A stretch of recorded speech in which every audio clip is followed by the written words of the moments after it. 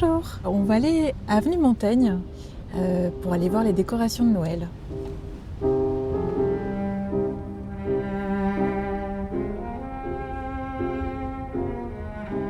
Prenez patience et tenez ferme. Ça résonne beaucoup en moi, dans la nouvelle aventure que je vis depuis 3 ans maintenant, parce que je suis atteinte de la maladie de Charcot. J'étais diagnostiquée en novembre 2022 et c'est une maladie qui est incurable aujourd'hui. Depuis que j'étais diagnostiquée il y a 3 ans, en fait, la vie m'a fait comprendre qu'il faut que je m'arme de patience parce que comme il n'y a pas de traitement, il faut que je fasse autrement, on va dire.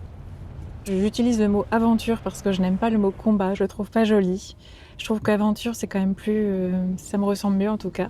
J'aime l'aventure.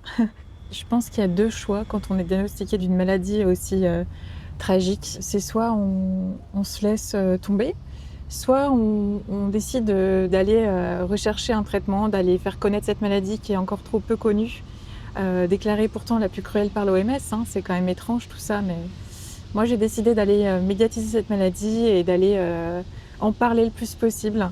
Souvent, on me demande comment on peut m'aider. J'explique aux gens, je leur dis: «Écoutez, parlez-en». Quand on ne connaît pas la maladie, on ne peut pas faire un don finalement.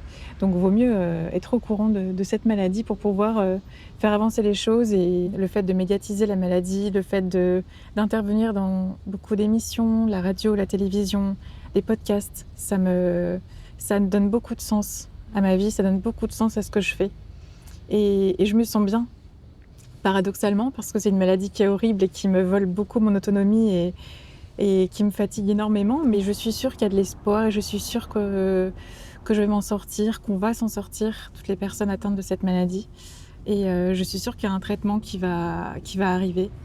J'y crois très fort en tout cas. Bon, eh bien merci beaucoup et puis je vous souhaite un très bon dimanche et de belles fêtes de fin d'année. À bientôt, au revoir!